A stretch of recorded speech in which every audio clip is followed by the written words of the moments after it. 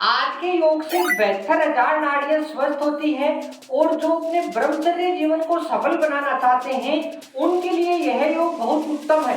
तो इस योग को अगर आप रूटीन में शामिल करते हैं तो जिन पुरुषों में शुक्राणु की कमी होती है तो वह जड़ से खत्म होती है। तो वीडियो को पूरा ध्यान से स्टेप टू स्टेप देखिए और वीडियो अच्छा लगे तो दोस्तों के साथ शेयर कीजिए। तो आज के वीडियो को शुरू करते हैं। नमस्कार दोस्तों, मेरा नाम है नवरंग, आप देख रहे हैं टिप टॉप हेल्थ और आज आ गया है फिर नया बुधवार और अपनी योगा डे सीरीज का 43 एपिसोड। तो आज का योग है सिद्धासन। सिद्धासन को इंग्लिश में एक कॉम्प्लेक्स पोज के नाम से जाना जाता है। सिद्धासन शब्द संस्कृत के दो शब्दों से मिलकर बना है। सिद्ध मीन्स शक्ति, आसन यानी मुद्रा। इस योग को शक्ति की मुद्रा भी कहते हैं। सिद्धासन योग से अपनी इंद्रियों की शक्ति इतनी तेज होती है कि अपनी 72,000 नाड़ियों को स्वस्थ करता है और उनमें जो भी अशुद्धियां हैं उनको नष्ट करता है। यह योग जो अपने ब्रह्मचर्य जीवन को सही और श्रेष्ठ बनाना चाहते हैं उनके लिए यह योग बहुत ही सर्वश्रेष्ठ। सिद्धासन योग को अगर अपन रूटीन में शामिल करते हैं तो इससे अपना मूलाधार चक्र एक्टिव होता है। अगर व्यवहारिक रूप से देखें तो इससे प्रजनन अंग एक्टिव होते हैं और प्रजनन अंगों से जुड़ी जो भी समस्याएं हैं वो जड़ से खत्म होती है। साथ ही इस सिद्धासन योग से अपने 9 शक्ति पॉइंट होते हैं वो सभी एक्टिव होते हैं, इसलिए इसको शक्ति आसन के नाम से भी जाना जाता है। सिद्धासन योग करने के लिए सबसे पहले इस प्रकार दंडासन की स्थिति में आए, रीढ़ की हड्डी को सीधा रखें और सबसे पहले अपने बाएं पैर की एडी को अपने टेस्टिस के पास इस प्रकार इतना सटा के रखें कि टेस्टिस के संपर्क में आए, टेस्टिस पे प्रेशर भी नहीं बढ़े और एकदम जुटी हुई रहनी चाहिए और इतना संपर्क में रखें कि अपनी रीढ़ की हड्डी सीधी रहती है।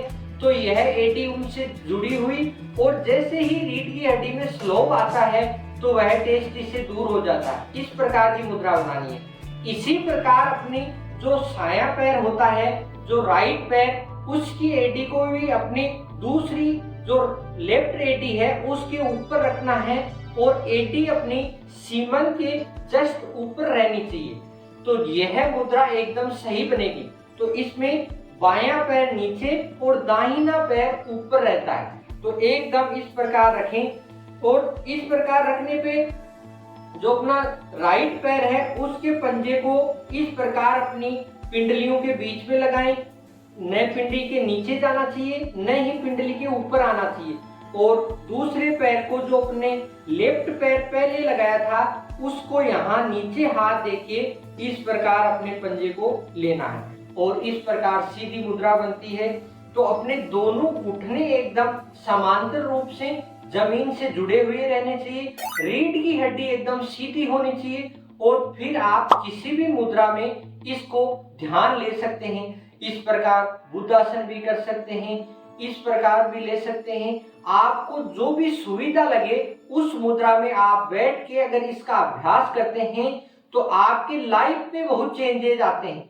मगर आपके फर्स्ट में दिक्कत यह आएगी कि अपने पैर के दोनों भी नी हैं वो अपने जमीन से चिपके हुए नहीं रहते, क्योंकि यहाँ की जांघ की मोटाई कईयों की इधर होती है, कईयों की पिंडलियों की मोटाई होती है और कईयों के घुटनों में पेन अधिक होने की वजह से घुटनों में भी मोटाई होती है। तो इस प्रकार पैर होते हैं। तो जिनके इस प्रकार पैर होते हैं उनके लिए आप बंद कोण आसन का अभ्यास कर सकते हैं। बंद कोण आसन का अभ्यास करने के लिए आप इस प्रकार अपनी दोनों पैर की एड़ियों को मिलाएं और इस प्रकार दोनों पंजों को मिलाएं और दोनों हाथों से यहाँ से अच्छा जॉइंट बना के इस प्रकार चिपकाने की कोशिश करें। इस प्रकार आप जैसे जैसे यहाँ से चिपकाएंगे, आप यहाँ हाथ नहीं लगाते हैं तो आप यहाँ भी लगा सकते हैं। यहाँ लगा के दोनों नी यानी दोनों घुटनों को जमीन से चिपकाने की कोशिश करें, जिससे अपनी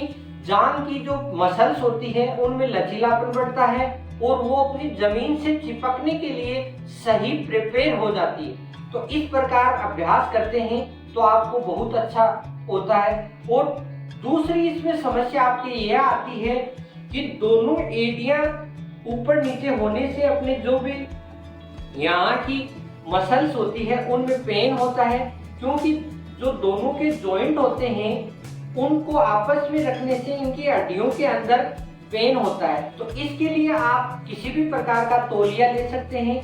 तो तौलिए को एक थोड़ा हिस्सा तो नीचे लगाएं इस प्रकार, और फिर अपनी बाएं पैर की एड़ी को नीचे लगाएं सीमन के पास, और फिर राइट पैर के पंजे को अपनी इस प्रकार सीमन नाड़ी के ऊपर और बायां पैर अपनी टेस्टिस के नीचे इस प्रकार रखते हैं, और अपनी रीढ़ की हड्डी एकदम सीधी, और फिर अपने इस पंजे को अंदर दबाएं और यहाँ हाथ डाल के अपने राइट पंजे को यहाँ से बाहर खींचें, और फिर दोनों पंजे एड़ियों और जांघ के बीच में इस प्रकार, और फिर अपने शरीर की मुद्रा एकदम सीधी बनाएं। इस प्रकार आप सिद्धासन का अभ्यास करते हैं तो आपको बहुत अच्छा लाभ मिलता है।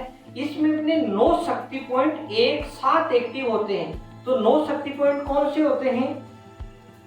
1 2 3 पॉइंट यहाँ हो गए, 1 पॉइंट एडी पे हो गया 4, एक अपने यहाँ जांघ पे हो गया 5, और एक यहाँ हो गया 7, और एक जांघ की दूसरी साइड हो गया 8, और तीसरा होता है अपनी जहाँ जांघ स्टार्ट होती है, जहाँ एक खड्डा सा होता है वहां होता है 9। इस प्रकार 9 शक्ति पॉइंट एक्टिव होने से इस सिद्धासन योग का बहुत अच्छा लाभ मिलता है।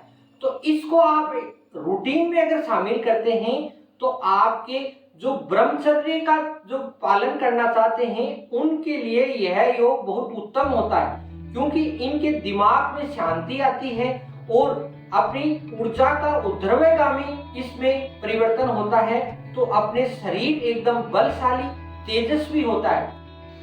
ऊर्जा का ऊर्ध्वगामी होने के कारण अपने शरीर में तेज इतना बढ़ जाता है कि इससे अपना आकर्षण बहुत तेज हो जाता है, और मेमोरी पावर इतना शार्प हो जाता है कि अपन आदमी को दूर से देख के उसकी पहचान कर लेते हैं कि इसके यह समस्या है या यह इस काम के लिए आया है। इसीलिए बड़े बड़े सिद्धि पुरुष और जो महापुरुष होते थे वो उनकी भविष्यवाणी करते थे, मगर यह तब संभव है जब इस क्रिया को अपन 10-10, 15-15, 24-24 घंटे लगातार करते हैं। अपने एड़ियों से पसीना निकल जाता है और अपनी पिंडलियां एकदम लाल हो जाती है, तब जाके ये सिद्धियां मिलती है। मगर आप रूटीन में अगर इसको दिन में एक बार या 10 से 15 मिनट इसको करते हैं तो आपको बहुत अच्छे लाभ मिलते हैं, और अपने दैनिक दिनचर्या में जो भी समस्याएं आती हैं उनसे आपको छुटकारा मिलता है। तो इस प्रकार आप सिद्धासन का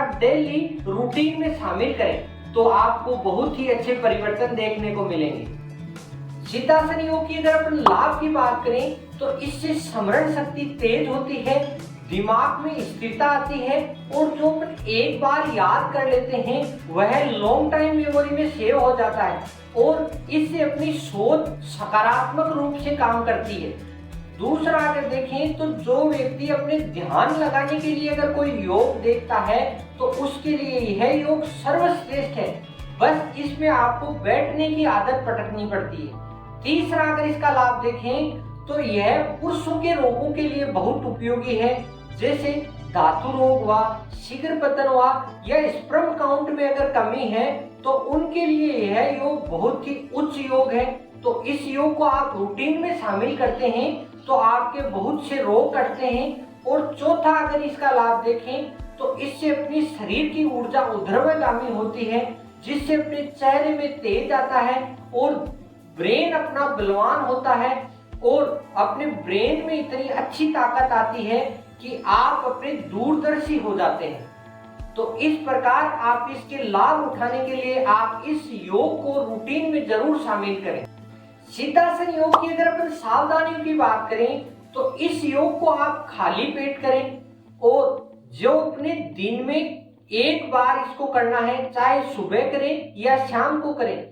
और जिनके घुटनों में दर्द है या अपनी एड़ियों में किसी भी प्रकार का भयंकर दर्द है तो उनको, और जिनके टेस्टिस में किसी भी प्रकार की समस्या है उनको इस योग का परहेज करना चाहिए। अन्यथा सभी व्यक्ति या महिलाएं इस योग को आराम से करती है तो आपके शरीर में बहुत अच्छे परिवर्तन आते हैं, और पुरुषों के लिए यह योग रामबाण से कम नहीं, तो इस योग को रूटीन में शामिल करें। तो आज का वीडियो आपको कैसा लगा?